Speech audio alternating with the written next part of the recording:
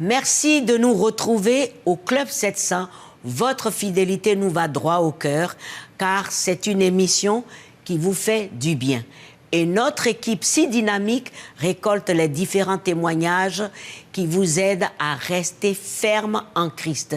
Et c'est ce que nous faisons malgré la distance qui nous sépare, le pasteur et moi, pour cette émission aussi. Alors, je te salue, mon cher pasteur, depuis les tropiques. Ah oui, merci. Moi aussi, je te salue. Et je suis content d'être dans les tropiques parce qu'ici, il faut dire qu'il fait quand même chaud, mais je peux garantir à tous nos amis que je bénis d'abord au passage qu'il y a une grande différence et une grande assurance quand on compte toujours sur Dieu, quelles que soient les difficultés. Par exemple, c'est l'histoire de Ron qui avait eu un très grave accident de voiture. Tout était brisé, des pieds à la tête. Il n'y avait rien à faire. Qu'est-ce que Dieu pouvait faire? Eh bien, suivez son histoire. Les premiers intervenants arrivèrent sur les lieux d'une collision frontale à Rocky Mount en Virginie. L'ambulancière Sarah Pruitt se dirigea immédiatement vers le deuxième véhicule dans lequel Ron Clark, 53 ans, était coincé tête en bas, respirant à peine. Vu la gravité de son état, je pensais vraiment qu'il pouvait mourir avant même qu'on le sorte du véhicule. Alors j'ai dit à ceux qui travaillaient de l'autre côté du camion de se dépêcher. Une fois libéré de l'épave, ils stabilisèrent ses deux poumons affaissés avant de le transporter par hélicoptère au Carillon Memorial Hospital de Roanoke en Virginie. C'est alors que la mère de Ron, Jerry, reçut l'appel lui annonçant la nouvelle. J'ai vite compris que ça s'annonçait mal. Il se battait pour le garder. Il était très proche de la mort. Tandis qu'avec son mari, ils entamèrent les 8 heures de route les séparant de l'hôpital, Jerry se mit à appeler ses amis et sa famille pour leur demander de prier.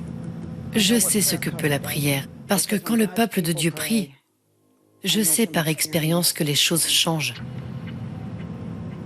À ce moment-là, nous pensions vraiment que nous allions probablement perdre Ron. Une fois à l'hôpital, les médecins leur firent part de la gravité des nombreuses blessures de Ron. Il en était à 4 sur l'échelle de Glasgow, ce qui était plutôt bas. Et puis quand vous avez les 2 cavités thoraciques écrasées, ça en rajoute encore. Donc, il souffrait effectivement d'une série de blessures mortelles. C'était tellement dur de le voir comme ça. Son corps était tellement brisé. Il avait des tubes qui sortaient de son nez, de sa bouche, de ses poumons. La semaine suivante, Ron subit plusieurs interventions chirurgicales visant à réparer les os cassés de sa hanche et de son bassin. Mais les médecins étaient toujours préoccupés par ses blessures à la tête et au cou. Après plusieurs IRM et scanners, ils confirmèrent leurs soupçons. Ron avait subi une dislocation atlante-occipitale, plus connue sous le nom de décapitation interne. Le neurochirurgien Eric Marvin fut surpris d'apprendre qu'il avait survécu à l'accident. Beaucoup de patients finissent par mourir dans de graves accidents de voiture suite à un traumatisme cervical et beaucoup à cause de dislocation atlanto-occipitale. Lorsque vous avez cette blessure à la moelle épinière, vous arrêtez de respirer, votre cœur cesse de fonctionner, vous mourrez. C'était un choc total. Je n'avais jamais entendu parler d'une telle chose, de quelqu'un qui survit à un tel traumatisme. Tandis que Ron se préparait à l'opération pour rattacher son crâne à sa colonne vertébrale, le docteur Marvin expliqua à la famille à quoi s'attendre. L'idée qu'il va se remettre sur pied, marcher, retourner au travail et faire du sport 5 jours par semaine est une idée qu'il ne faut même pas envisager dans ce genre de situation. Alors que sa famille et ses amis continuaient leur soutien sur Facebook et à prier pour la guérison de Ron, Jerry croyait que Dieu n'en avait pas encore fini avec lui. J'ai écrit une prière dans mon journal. Mon Dieu, guéris Ron. Laisse-le vivre. Et puis en bas, j'ai ajouté « Pour ta gloire ». Je voulais qu'il vive. Et je voulais que Dieu soit glorifié. L'opération fut un succès. Et 3 semaines plus tard, Ron commença à montrer des signes d'amélioration. La première chose dont je me souviens, c'est de mon frère Steve, qui disait « Ron, si tu me comprends, cligne des yeux une fois ». Je me souviens l'avoir fait, et aussi que Steve a eu un large sourire et s'est mis à rire. Il a dit « Oui, il est de retour, il est là, il est bien là ». C'était un sentiment incroyable de savoir que je n'allais pas perdre un de mes fils. Je ressentais une incroyable reconnaissance envers Dieu. Il était encore incertain que Ron puisse un jour remarcher, mais il savait que Dieu ne l'avait pas abandonné. En fait, il ressentait la présence de Dieu plus que jamais auparavant. J'ai toujours eu le sentiment d'une présence, d'une force extérieure à moi, qui ne venait pas de moi, et je savais que je marchais avec Dieu. Je n'ai jamais remis cela en question. Fort de la présence de Dieu et des prières de sa famille et de ses amis, Ron travailla dur à sa convalescence et put rapidement faire ses premiers pas après l'accident. C'est un miracle incroyable. C'est un miracle de Dieu qu'il a accordé à notre famille. Une personne qui a une liaison de cette profondeur à la moelle épinière et qui sort ensuite comme ça de l'hôpital, c'est assez impressionnant. Ron ressent encore des raideurs et des douleurs dans son corps suite à ses opérations, mais il n'a ni lésion cérébrale ni paralysie. Et il ne peut s'empêcher de rendre toute la gloire à Dieu qui a préservé sa vie. Si on considère tous les points de mon histoire, j'aurais dû être mort. Et ça vous change. J'ai une confiance encore plus profonde dans le Dieu vivant, qui protège chaque pas que je fais. Je suis toujours là, toujours debout. Par la grâce de Dieu, je suis toujours debout.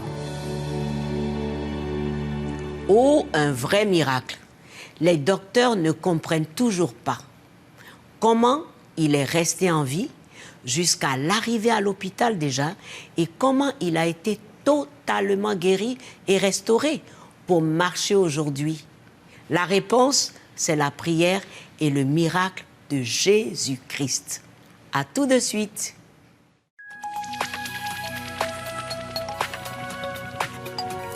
Si vous avez des questions spirituelles, des besoins de prière ou même si vous avez besoin de conseils, n'hésitez pas à nous contacter aujourd'hui à cette adresse ou au numéro suivant. Nos conseillers sont là pour vous aider. N'oubliez pas, nous sommes là pour vous.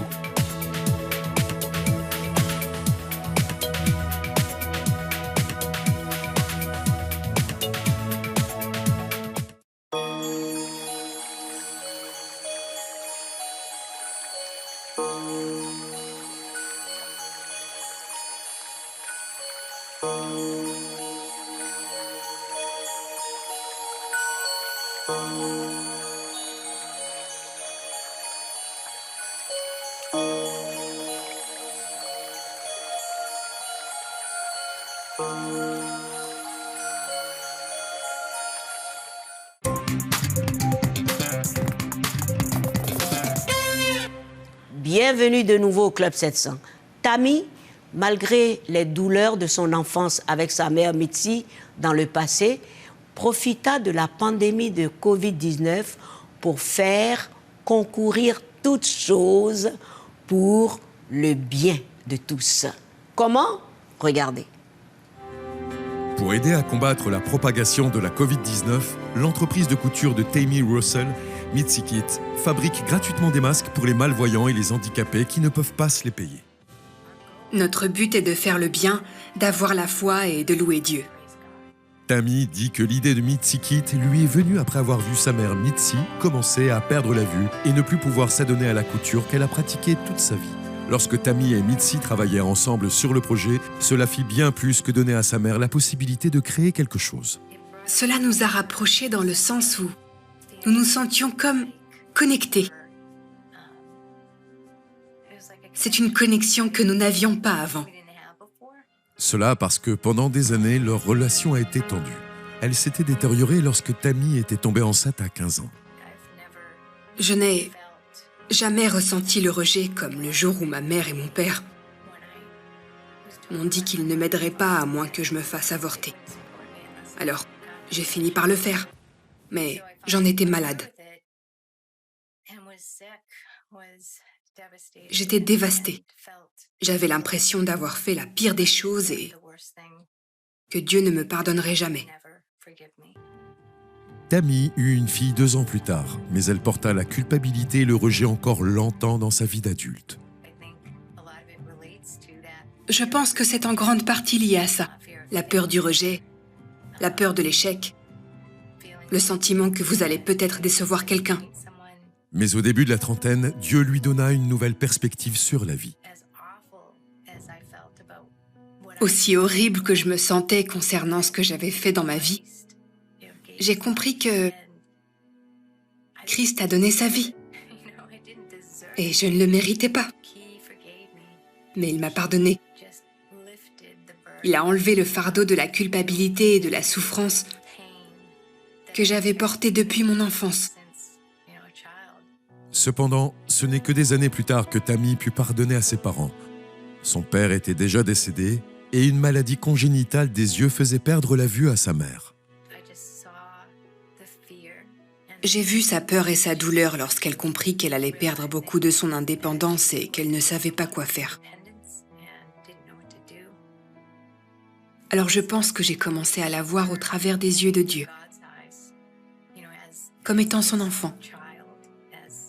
Et j'ai commencé à avoir de la compassion. Tammy essaya de trouver différents moyens de se rapprocher d'elle, comme le patchwork. Mais comme la vue de Mitzi avait presque disparu, la couture serait bientôt pour elle de l'histoire ancienne. Ou du moins, c'est ce qu'il semblait. Un jour, je me promenais dans un magasin d'artisanat et Dieu m'a mis une idée en tête. Essaye de mettre des bordures tactiles sur le tissu. C'était la chose la plus incroyable qui soit, parce que c'était sorti de nulle part. En utilisant des tissus prédécoupés et des rubans le long des bordures, Tammy permit à sa mère de coudre, même en ne voyant pas. La joie sur son visage quand elle a pu coudre à nouveau. Et sa ténacité. Vous savez, elle n'arrêtait pas de me dire « Je n'ai plus rien à faire, je n'ai plus rien à faire !» Tellement elle cousait vite. Non seulement cela donnait une chose importante à faire, mais les autres y voyaient une valeur. Alors je pense qu'elle ressentait que les autres voyaient de la valeur en elle. Constatant la différence que cela faisait dans la vie de sa mère, Tammy lança Mitzi Kit. 100% des bénéfices sont reversés à des œuvres de charité et à l'emploi des personnes malvoyantes. Le meilleur, c'est quand ils vous regardent et vous disent « Je n'arrive pas à croire que j'ai fait ça. » Voyez-vous, ça leur donne tellement de joie. Aujourd'hui, alors qu'elle aide les familles à se rapprocher de leurs êtres aimés, Tammy sait que Dieu bénit chacun au travers de chacun de ses projets.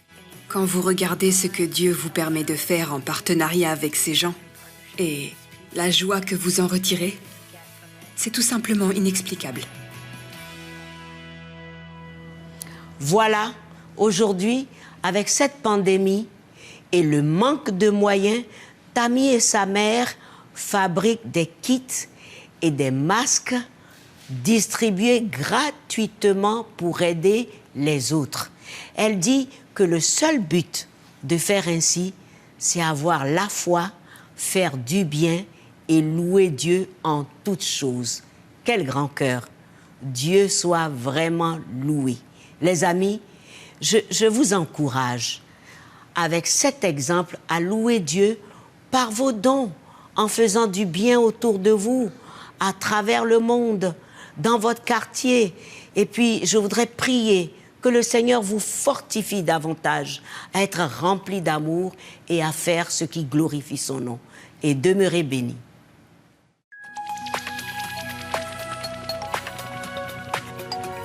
Si vous avez des questions spirituelles, des besoins de prière ou même si vous avez besoin de conseils, n'hésitez pas à nous contacter aujourd'hui à cette adresse ou au numéro suivant.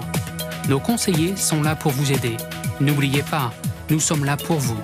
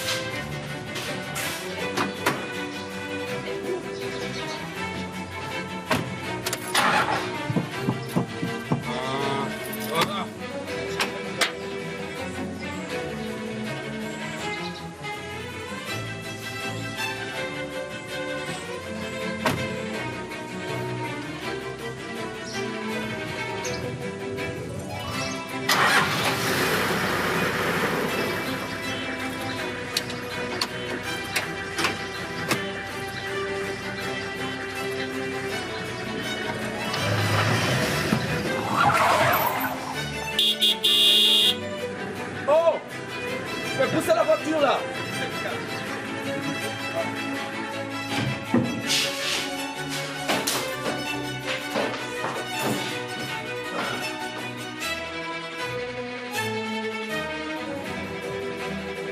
Vous avez raté le Club 700? Ne vous inquiétez pas. Vous pouvez toujours regarder vos émissions préférées sur www.leclub700.tv.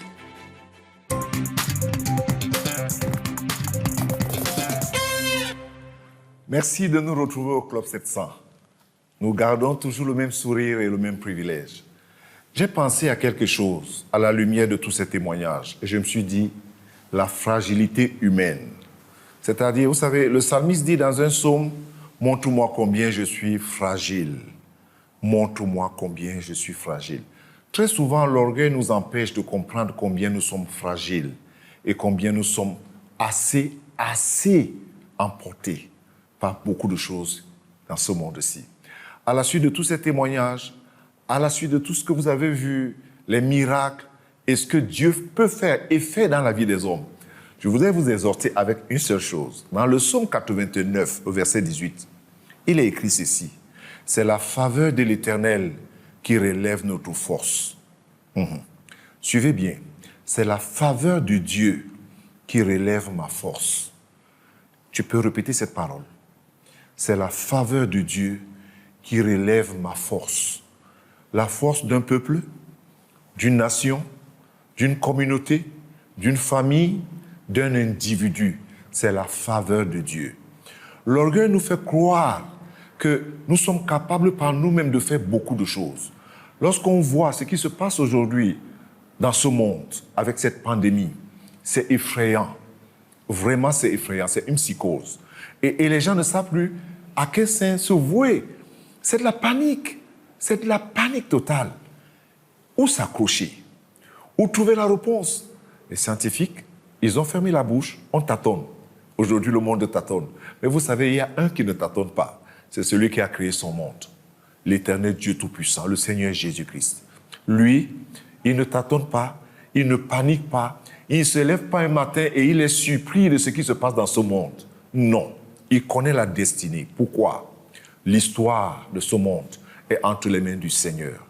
C'est la faveur de l'Éternel qui me relève dans ma force ou encore dans mes faiblesses. Est-ce que tu peux comprendre cela? Je ne sais pas quel miracle tu attends aussi lorsque tu as vu comment Dieu a fait des miracles dans la vie des gens. Veux-tu prier avec moi? Veux-tu toi aussi expérimenter la faveur de Dieu dans ta vie? Alors prie avec moi en ce moment même.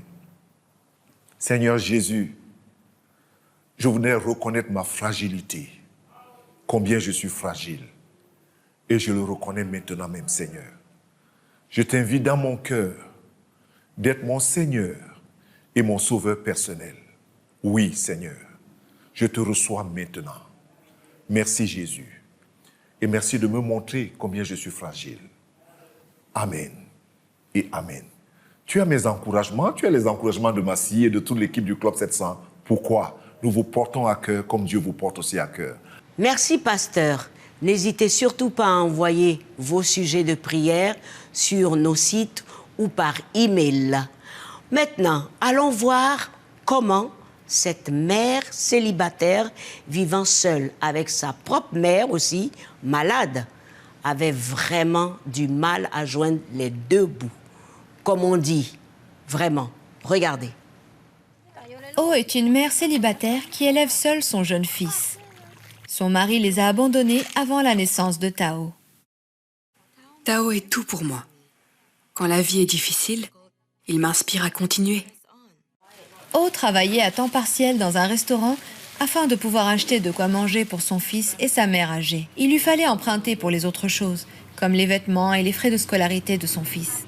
J'étais stressée et je m'inquiétais de la façon dont j'allais pouvoir rembourser l'argent que je devais. Je n'arrivais pas à trouver un moyen de m'en sortir. Ma fille ne pouvait pas dormir la nuit. Je voulais l'aider, mais je ne savais pas comment.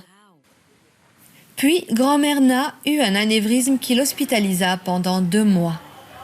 O emprunta plus d'argent encore pour payer les factures médicales.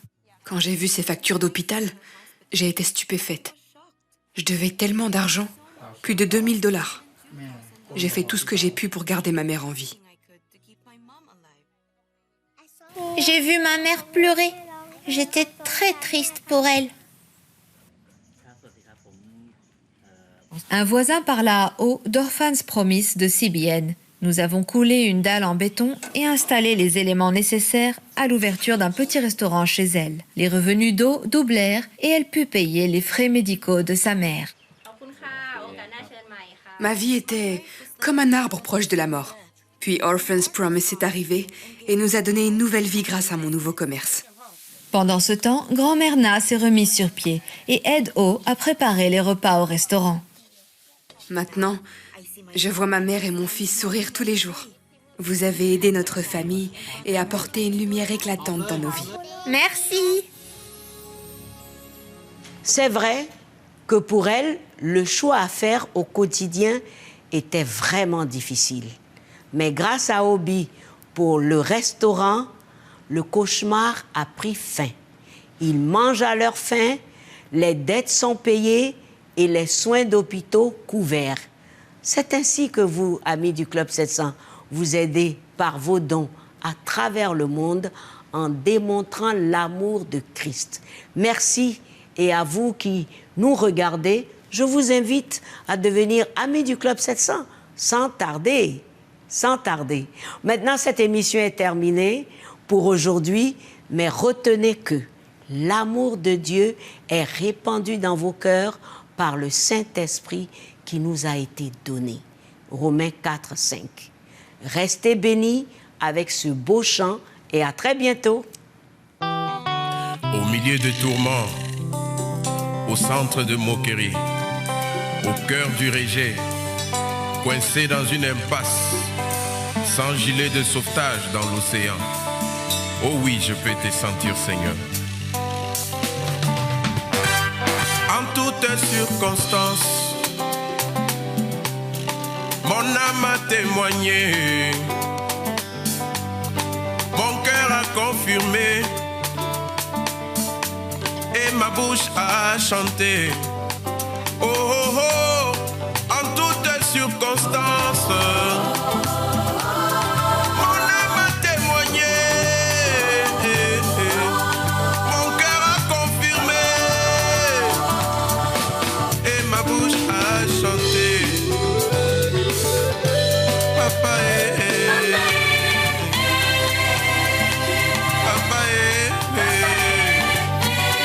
quand je suis fatigué, je vais appeler.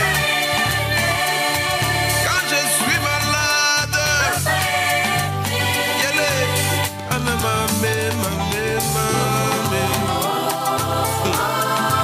tu vas animer ma tatouée. Yes, tatouée.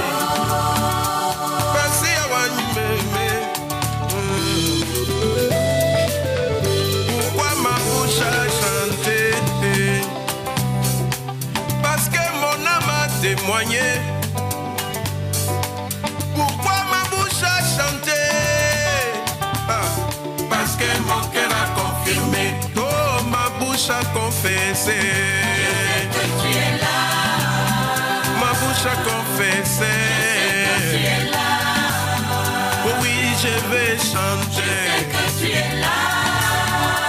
Seigneur Jésus. Je sais que tu es là. Oui, je sais, je sais. Je sais que tu es là.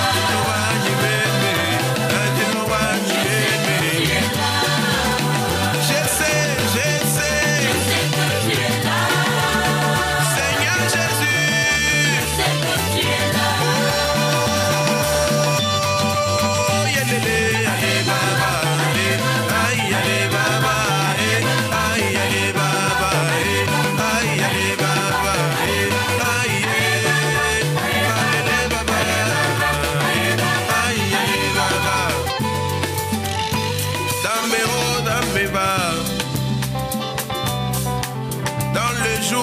Sombre, même quand je ne vois rien devant moi, je vais chanter.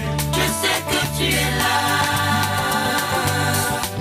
Quand je vais demander personne pour me donner, quand je vais chercher pour ne pas trouver, quand je vais frapper personne pour ouvrir,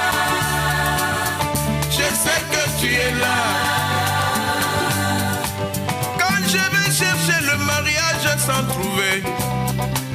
Quand les enfants vont tarder à venir dans le mariage, quand la maladie va ronger mon corps, quand les problèmes vont déranger ma foi, quand ma famille va me rejeter, quand mes amis ne vont plus me comprendre, je garderai ma conviction devant tout le monde.